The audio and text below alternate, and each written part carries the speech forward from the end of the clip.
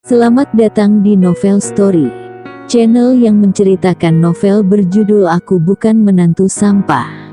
Jangan lupa subscribe dan like. Sekian dari Mimin, silahkan menikmati ceritanya ya.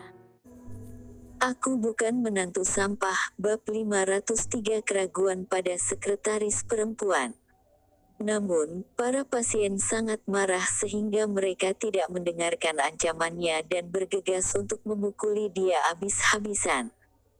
Bu, Alex ditendang di kepala oleh seorang pria, seketika hidungnya meneteskan darah. Sebelum dia bisa berteriak kesakitan, pasien lain bergegas maju dan menendangnya di perut. Dia muntah. Alex berteriak kesakitan, asam lambung keluar dari mulutnya. Dia seperti anjing yang terjebak di dalam air, dipukuli oleh orang-orang yang mengelilinginya. Tolong, cepat datang tolong aku. Seluruh tubuh Alex sangat kesakitan dan kepalanya retak mengalirkan darah. Dia berjuang sekuat tenaga untuk memanjat keluar pintu. Jika dia tidak melarikan diri, dia pasti akan dibunuh oleh para pasien yang marah. Tepat pada saat ini, wanita paruh baya tadi tiba-tiba bergegas maju, berbalik dan duduk atas Alex. Dia menamparnya ke kiri dan ke kanan, sambil memarahinya. Langit akan membunuh tabib gadungan ini, berani-beraninya menipu mengambil uang hasil kerja kerasku. Aku sudah terjebak dalam tipuanmu begitu lama. Kau telah kehilangan hati nuranimu. Tabib Sakti Rocky adalah keajaiban nyata seorang tabib. Orang tak berhati sepertimu harusnya pergi ke neraka. Ya, pergi ke neraka. Kerumunan terdengar sangat marah, suaranya seperti mampu mengguncang dunia. Mereka begitu marah, Alex dipukuli hingga babak belur, terjatuh di tanah seperti anjing mati.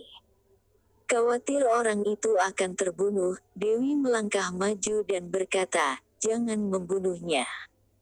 Berikan dia kepada departemen terkait. Dia pasti akan mendapatkan hukuman yang setimpal." Perlahan-lahan kerumunan berhenti, tetapi masih bersumpah serapah. Orang tua buta tadi menghampiri Rocky dengan penuh syukur dan bertanya dengan penuh rasa hormat, "Tabib Sakti, di klinik mana Anda melakukan praktik? Secara pribadi aku akan membuat banner ucapan terima kasih dan mengirimkannya ke rumah sakit Anda. Terima kasih atas kebaikan Tabib Sakti." Rocky tertawa dan berkata, "Saya tidak membuka pusat medis. Aku hanya melakukan itu begitu saja pada kalian." Kerumunan saling memandang. Tak disangka Tabib Sakti yang sangat luar biasa tidak hanya muda tetapi juga seorang tabib pengobatan tradisional Cina. Ini bahkan lebih menakjubkan. Anda adalah seorang pertapa.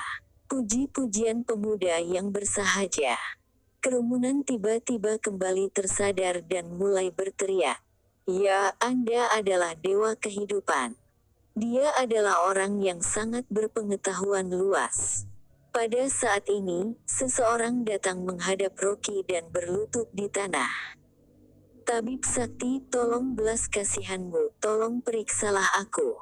Berapapun biayanya aku bersedia." Kerumunan juga segera memohon, berlutut di luar pintu berteriak-teriak.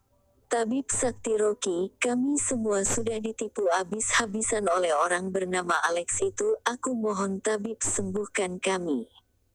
Rocky ragu-ragu sejenak, dan melihat racun di telapak tangannya.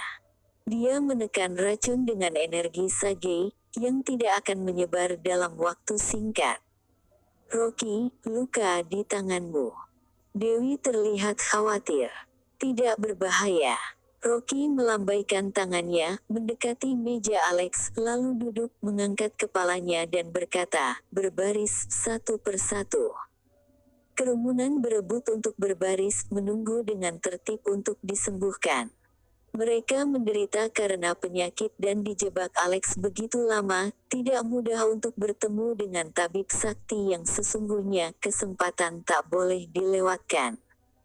Wanita paruh baya yang telah disembuhkan tadi, serta pria sederhana dan jujur, juga sukarela untuk mengawasi Alex yang tak berdaya di tanah agar tidak melarikan diri.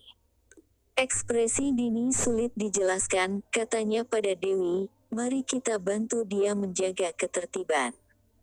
Wajah Dewi dingin, dia tidak mendengarkan kata-katanya, segera melangkah ke pintu dan mulai menjaga ketertiban. Dia tidak menyukainya dan sangat membencinya. Seorang gadis berpakaian terbuka, dekat dengan suaminya, bahkan jika dia adalah gadis yang beda dari biasanya akan sama saja. Rocky merasakan denyut nadi pasien dan melihat adegan itu dengan ujung matanya. Dia tidak bisa menahan untuk tidak tertawa pahit. Dia dan istrinya harus menyelesaikan kesalahpahaman, tetapi istrinya dan Dini adalah perseteruan. Saat merasakan denyut nadi, Rocky diam-diam melirik Dini. Sebelumnya, dia tidak meragukan Dini. Tetapi sekarang, semua tanda ini menimbulkan jejak kecurigaan.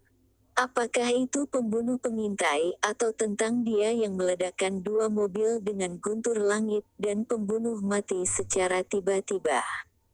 Dini tidak panik sama sekali. Dewi istrinya, juga orang yang telah melihat adegan itu. Semuanya terkejut dan terlihat pucat. Tapi Dini, tak disangka wajahnya datar, bahkan ketika melihat mayat tatapan matanya tidak panik. Jika hanya sekretaris wanita biasa tanpa otak dalam menghadapi situasi ini dia pasti sudah ketakutan bahkan untuk berjalan. Ada terlalu banyak pasien dalam antrian untuk diobati. Rocky mengesampingkan masalah ini untuk sementara dan berkonsentrasi untuk mendiagnosis. Alex tak berdaya seperti anjing mati di sudut ruangan. Kepalanya telah dipukuli hingga berubah bentuk. Matanya bengkak seperti sebesar kenari, dan kepalanya benjol. Sambil mengerang dia melemparkan pandangan ganas pada Rocky. Anak ini tidak tahu apa-apa tiba-tiba datang untuk menghancurkan ladangnya. Ketika orang-orangnya tiba, mereka harus memukuli Rocky dan melemparkannya ke sungai untuk dimakan ikan. Sebagian besar pasien yang mengantri untuk pengobatan adalah orang-orang yang pernah ditipu. Banyak dari mereka hanya penyakit ringan, tetapi mereka ditakut-takuti oleh Alex dan membuat banyak komentar yang tidak bertanggung jawab. Mereka berpikir bahwa mereka sakit parah dan patuh padanya. Pengobatan Rocky membuat banyak pasien yang sembuh di tempat. Para pasien sangat berterima kasih padanya, dan bahkan banyak pasien berlutut di depan umum dan berteriak terima kasih Tabib Sakti, sambil menangis. Melihat ini, Rocky merasa khawatir. Klinik pengobatan Cina yang sebenarnya mengandalkan berita dari mulut ke mulut dan tidak ada uang untuk beriklan. Namun, pusat pengobatan ilegal tak bersertifikat ini tidak kekurangan uang. Mereka menghabiskan banyak uang untuk iklan, sehingga banyak pasien yang tertipu. Kota Wasa memiliki pusat medis nasional, Kota Babel memiliki pusat medis keluarga Sou, apotek keluarga Zhang dan pusat medis lainnya. Namun, tidak dengan Kota Gopo, sehingga klinik ilegal seperti ini populer. Saat ini, Rocky kembali teringat pada Maggie. Dia ingat ketika dia meninggalkan Kota Babel dulu, gadis itu berteriak-teriak untuk datang ke Kota Gopo dan membuka rumah sakit. Meskipun keterampilan medis Maggie tidak sebaik kakeknya Bernard, tidak masalah jika dia mengobati orang-orang biasa selain kanker otak dan kanker paru-paru stadium lanjut. Rocky berpikir, ketika dia sudah pulang nanti, dia akan menelpon Maggie dan bertanya padanya tentang situasinya saat ini untuk mengetahui apakah dia masih tertarik untuk datang ke Kota Gopo. Pada saat ini, tiba-tiba ada suara keributan di luar pintu. Kemudian, 7 atau 8 pria bertubuh kuat menerobos kerumunan, dengan tidak segan mendorong pasien ke samping dan berjalan ke masuk klinik dengan wajah menyeramkan. Orang-orang bertubuh kuat ini, mengenakan rantai emas besar dengan tato di lengan mereka, terlihat jelas bahwa mereka adalah kumpulan preman. Kerumunan orang-orang itu segera mempersilahkan jalan karena khawatir akan menyinggung mereka. Tetapi begitu Alex melihat orang-orang bertubuh kuat ini, tatapan matanya tiba-tiba cerah, seolah-olah dia telah menangkap tali penyelamat untuk bertahan hidup, dan kemudian dia berguling. Kakak sepupu, akhirnya kakak datang. Anak ini memukuli aku.